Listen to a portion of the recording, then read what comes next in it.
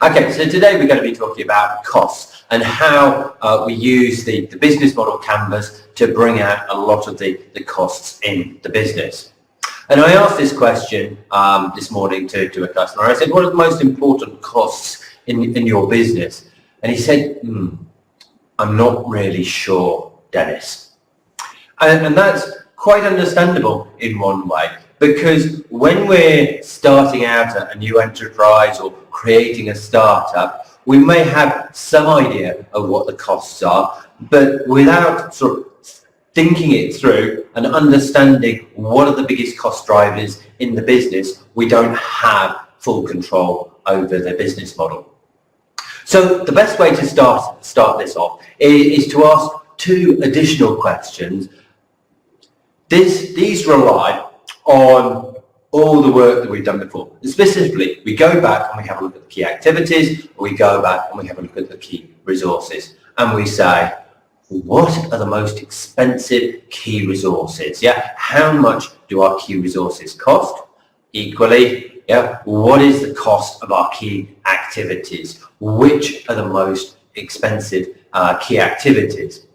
And at this stage, you may only be able to sort of give a qualitative indication. Okay, so I know that marketing is going to be my most expensive activity. Okay, that's great. And that just then allows you just to come up with a prioritization list. So marketing is going to be really expensive. It's going to be really cheap as chips to make the widget in China, so that's not going to be too expensive. But shipping is going to be more expensive than the manufacturing, and I ought to have a little bit left over for customer service. And thus you get a reasonable picture of what your variable costs are going to look like. And if you have a look at your fixed your resources, your key resources, these can also act as a proxy for your fixed costs. This is what you have invested into the business and what is going to cost you every month, whether you're making the sales or not.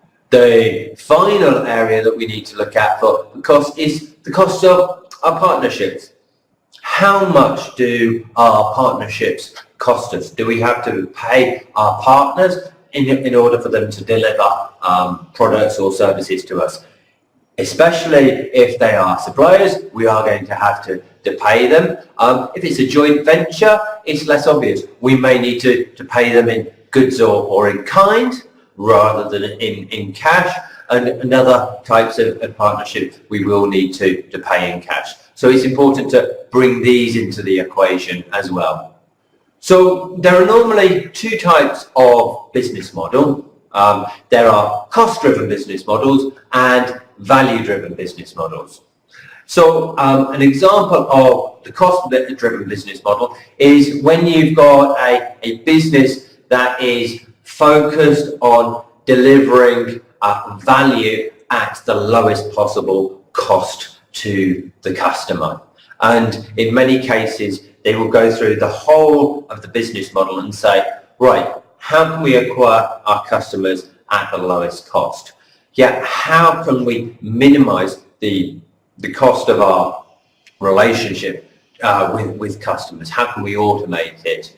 How can we find a way of delivering value without having to spend a great deal of money on production? Or if we're producing, how can we reduce the cost? Can we do that through economies of scale? Can we do it through outsourcing, getting somebody else to cover the cost?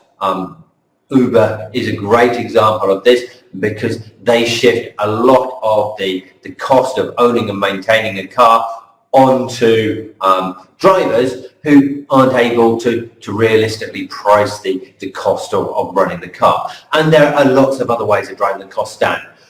The overall picture, though, is of a company that is aiming to deliver a low-cost product to a mass market.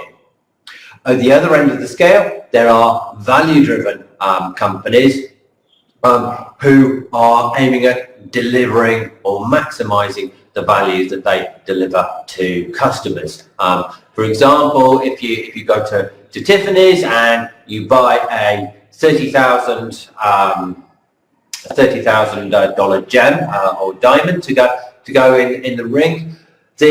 On a cost-driven basis, that would be $36,000 once you took the diamond plus the cost of the labour and the services.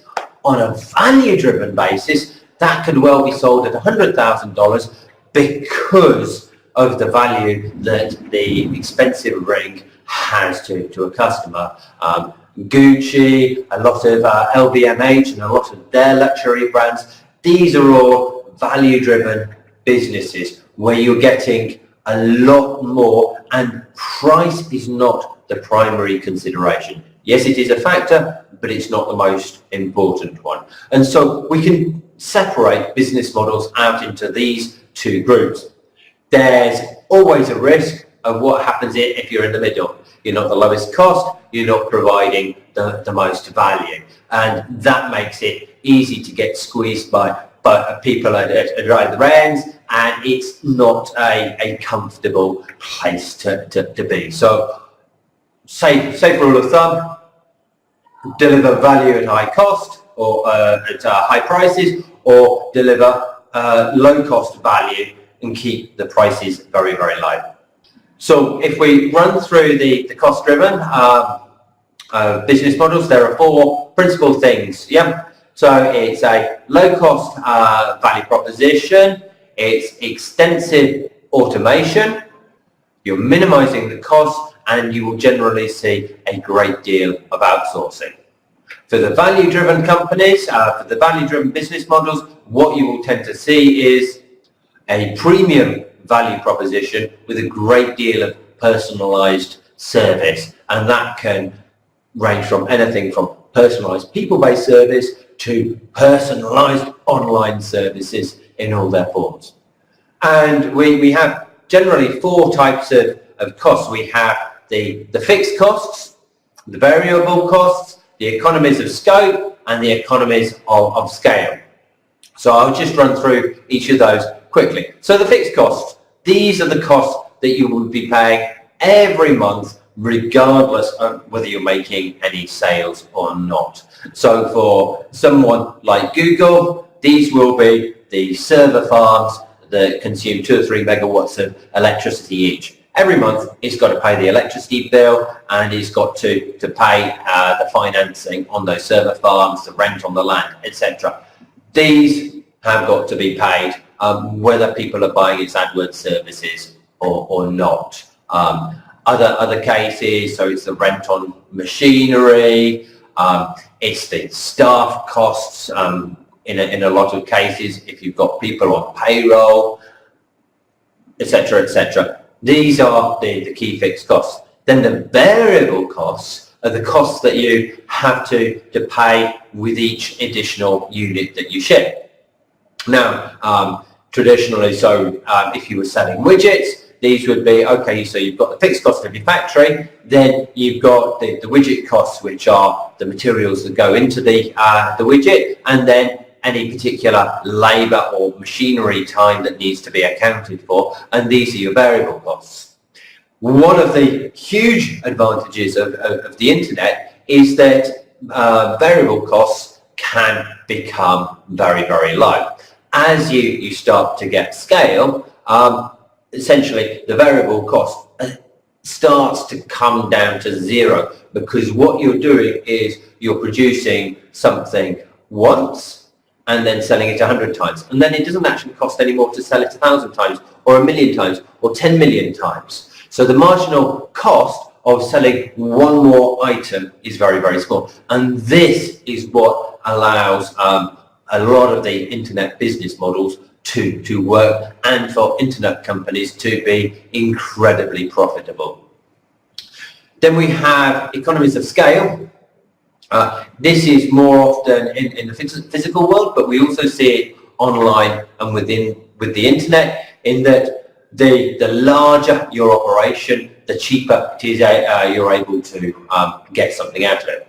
The clearest example of this is when you go to the supermarket. If you buy a small pack of dishwashing powder, it's fairly expensive. The larger packs that you buy, especially if you go to a wholesale retailer, means that if you buy a 10 kilo or a 20 kilo bag, the price is a lot lower. And this applies in your production and sales processes as well.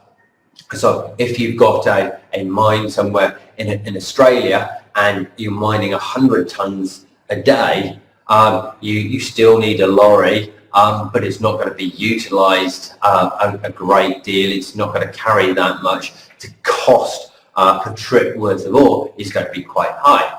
If you're mining 20,000 tons a day, you can invest in a much larger lorry at a much greater capital expense, but the cost of transport per ton of ore as you drive it out of the quarry is vastly lower. And this, plus all the other economies of scale that you're able to start identifying, then means that the cost that you're able to sell the iron ore at is a lot lower than other competitors. This is one of the advantages of Saudi Arabia. For example, they have so much oil that they're able to get it out of the ground at about $16 a barrel, whereas in the American Midwest with fracking, they're paying about $50 per barrel to get it out of the ground.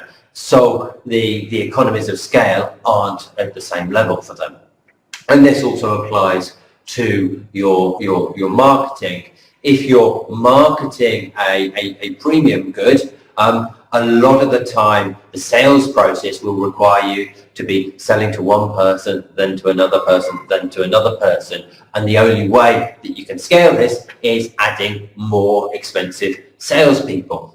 However, if you're going onto a low-cost value proposition, like many of the internet services, we think about Tinder, Tumblr, Skype, Strava, Map My Run, all of these have got economies of scale in their marketing and sales, in that if they keep on just putting the money in, this is going to reach an ever larger group of people, and you start to get benefits there, and the cost per user starts going down once they've got over that initial adoption hump. Finally, economies of scope, and this is again quite often related to the manufacturing, but it applies to other areas of your business as well, in that if you're making one type of widget, then it is relatively easy to make another type of widget in the same production plant. So if we look at a company like Nestle, essentially their production lines are multi-capable. So from the same factory, you will be able to have sort of milk products coming out, and then lots of different milk products coming out. And that allows them to do a lot more with a factory than just produce a single line item. But you also get economies of scope as you start to make more things. So if you look at a company like 3M, their skill set is very much about industrial innovation, and specifically in glues and making things sticky. So you see, from a consumer's point of view, you see a lot of different, very varied products coming out, but underlying it, you've got the same core skill set of material science, which is driving all these different production lines, and that gives you economies of scope as you're able to do a lot more with your existing domain knowledge. How do you do this? How do you look at cost in your business model? Well, first of all, as I said at the beginning, you go back, you have a look at your key activities, your key resources, and your key partnerships, and look and see which are going to be the most expensive, where the costs are coming from.